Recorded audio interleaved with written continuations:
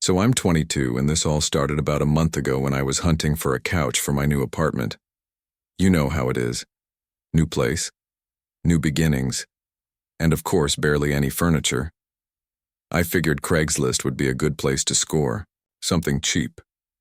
I mean, I wasn't expecting luxury, just something decent enough to sit on. I came across this one listing that looked pretty great. The couch in the pictures seemed to be in good shape. No stains, no tears, nothing sketchy.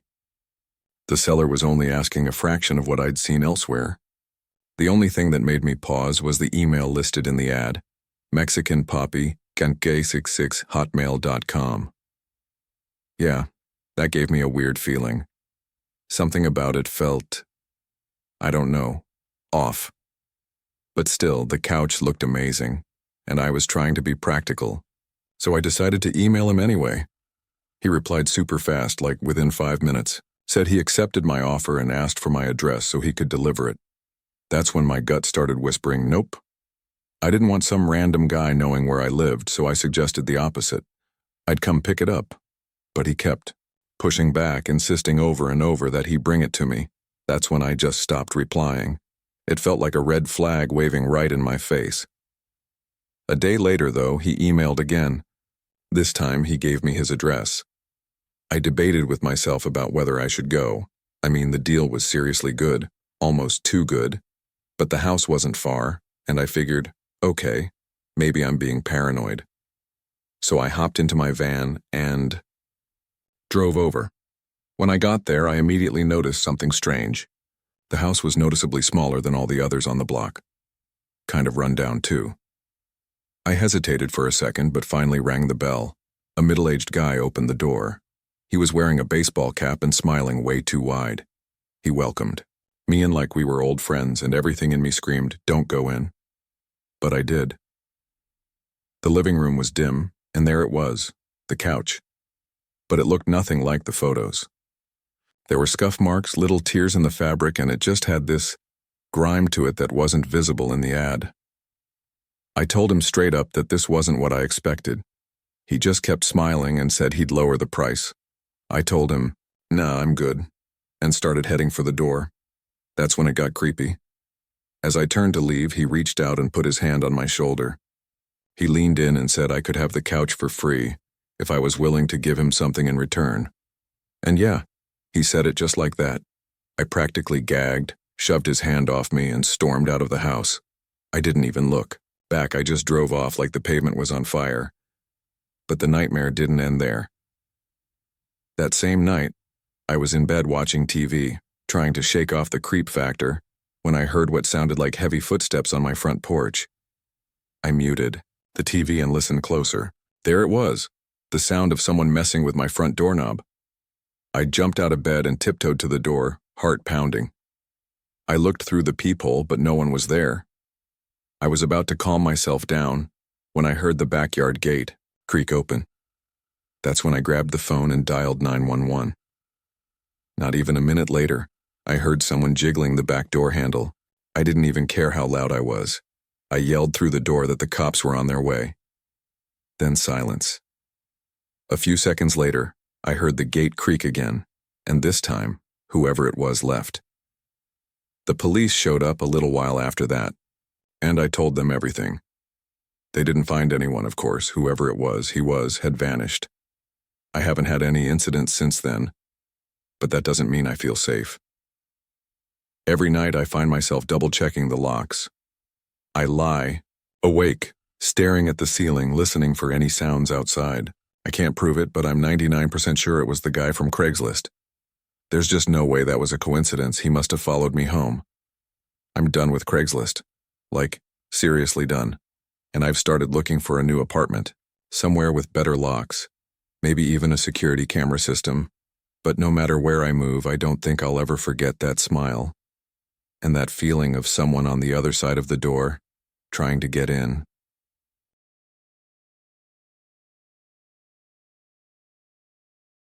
I was looking to buy my son a car for his 18th birthday, something reliable but still affordable. Naturally, I started with the big-name sites like Cars.com and eBay Motors, but everything was way overpriced. Even the listings that looked like Deals had something shady about them, or they'd be snapped up in minutes.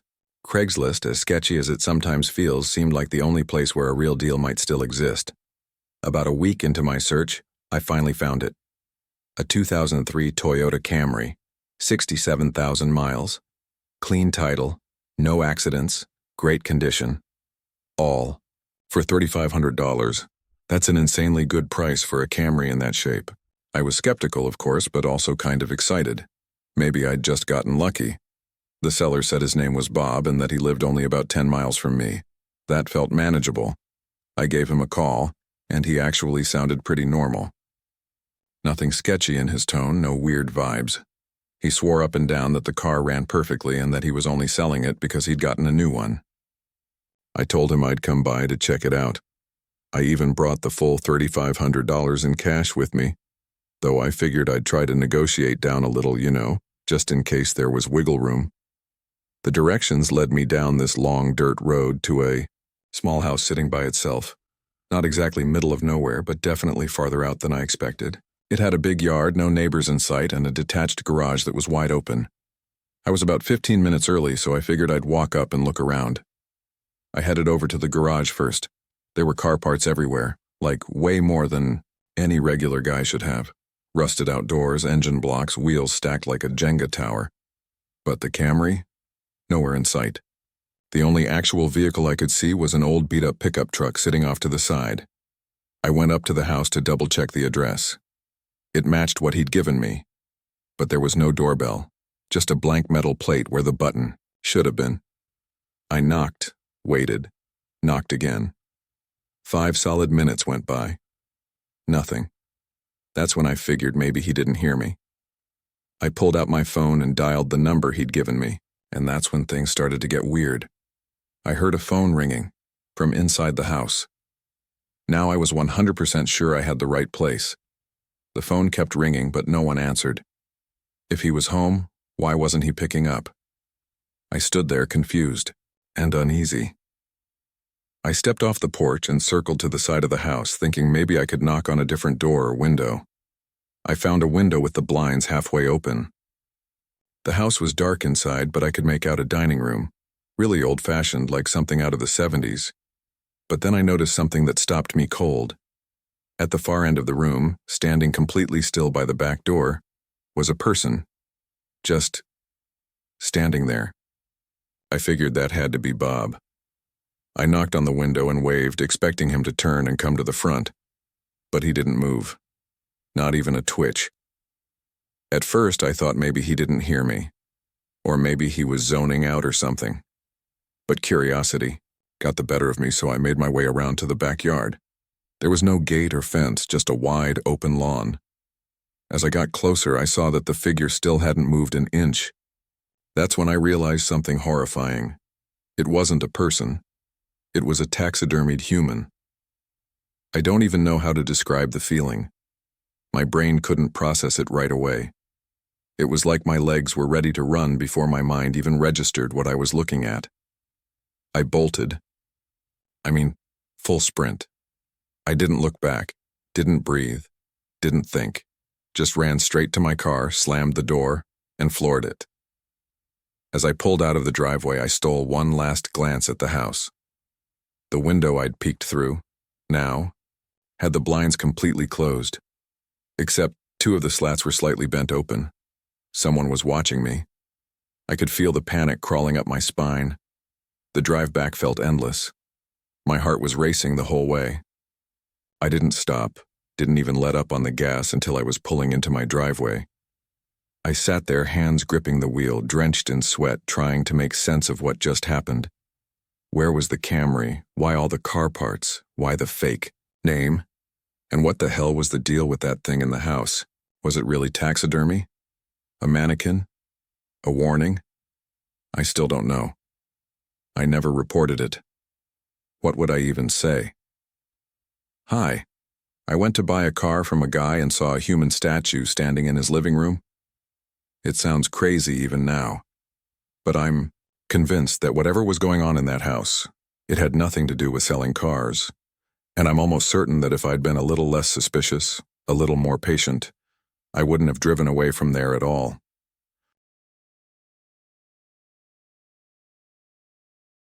About a year ago, I was trying to buy an iPhone 5. It wasn't a crazy new model or anything, but I was just looking for a solid phone that didn't cost a fortune. I found a listing on Craigslist that seemed perfect. This guy was selling his iPhone 5 for $200, claimed it was in mint condition, and only wanted to get rid of it because he was upgrading to the 5C. I didn't know much about checking phones or spotting fakes, so I asked my little brother to tag along. He's a tech nerd and knows all that stuff, and honestly, I just didn't want to get scammed. We arranged to meet halfway between us in a Dunkin' Donuts parking lot. It was about 10 o'clock at night. Late, I know, but that's when the seller said he was available. We pulled in and waited. A black Honda Civic parked a few spaces away. Two guys got out. They were big, like gym rat, bouncer type big, and they didn't say much at first. One of them walked up to us and pulled out the phone. He handed it over, without saying a word. To be fair, the phone looked great, not a single scratch. My brother took my SIM card, popped it in, and started testing it. Everything seemed to work: calls, texting, data. He gave me a quick nod that it was good. Then came the weird part. The guy told me the price was now $250. I blinked. Wait, didn't you say $200 in your ad? He just shrugged and said, "Prices change." No explanation, no smile. I could have argued, but instead I just said, "Well, I only brought $200. That was a lie. I had the full $250 on me, but I wasn't about to hand over more than he originally asked. He looked annoyed, but after a tense second or two, he took the money and walked back to his car with his buddy. We got into our car and I started fiddling with the phone a bit, called my girlfriend to test it again, set up some things. My brother was the first to notice something strange. "They're still sitting there," he said, glancing back at the Civic. I looked up. Sure enough, the car hadn't moved. Whatever, I thought. Maybe they were just waiting on someone or grabbing food. I started the car and pulled out of the lot. That's when my brother said, "They're pulling out too." And yeah, they were. Right behind us. I tried to brush it off. Maybe they just happened to be going the same way. But turn after turn, street after street, they stayed glued to our bumper. Every move I made, they mirrored it. I started to panic a little. "They're following us," I said, gripping the wheel tighter. My brother said I should pull over and confront them, but no way. I wasn't about to stop and see what they wanted. If it was just a misunderstanding, they could honk or flash their lights. But they didn't. They just followed, silent, steady, and close. I started making quick turns, zigzagging through streets I knew, trying to lose them. At one point, I ran a red light at a small intersection, barely missing the crossing traffic. "Dude, are you insane?" my brother yelled. "Trust me," I said, eyes darting to the rearview mirror. It worked. They didn't follow me through the light. I drove around for a while, taking a convoluted path home, just to be safe. Eventually, we got back. I was shaking. The adrenaline was still coursing through me, but we made it. I was just glad we got the phone and weren't being followed anymore. Or so I thought. Later that night, everyone was asleep. Parents, brother. The whole house was quiet. I was in my room, setting up the phone, when I heard something outside. It was faint at first, like car doors slamming. I peeked through the blinds and my stomach dropped. The black Honda Civic was parked across the street. I couldn't see anyone inside, but I had a sick feeling they were already halfway to our door. I ran to my dad's room, woke him up, and explained everything in a rush. How I bought the phone, the guys followed us, and now their car was outside. He grabbed a baseball bat and told me to stay behind him. We waited by the front door, crouched and silent. Then came a loud knock. One of the guys on the other side shouted, "Open up! We know you're in there!" My dad shouted back, "Get lost! I'm calling the police!" And that's when we heard it, a muffled gunshot, not loud and echoing like in the movies. It was quiet. Too quiet. There was a small hole in the door inches from where my dad's head had just been. "Call Joe," he shouted. "Joe is our neighbor, 2 doors down. He's also a police officer. I grabbed my phone and dialed. I could barely get the words out, but he said he'd be right over and told us to stay low. A minute later, we heard a voice outside. "Police! Drop the weapon!" It was Joe. I ran to the window and saw the two guys standing there, frozen. Joe had his gun drawn, shouting commands. My dad flung the door open with the bat still in his hands, ready to jump in. But Joe didn't need help. He arrested both of them right there on our front lawn. That night was one of the scariest of my life. It started with what seemed like a simple phone purchase and ended with a bullet hole in our door and two lunatics in cuffs. But at least justice was served. And yeah, I still have that iPhone. Needless to say, I'm never meeting up for a Craigslist deal at night again.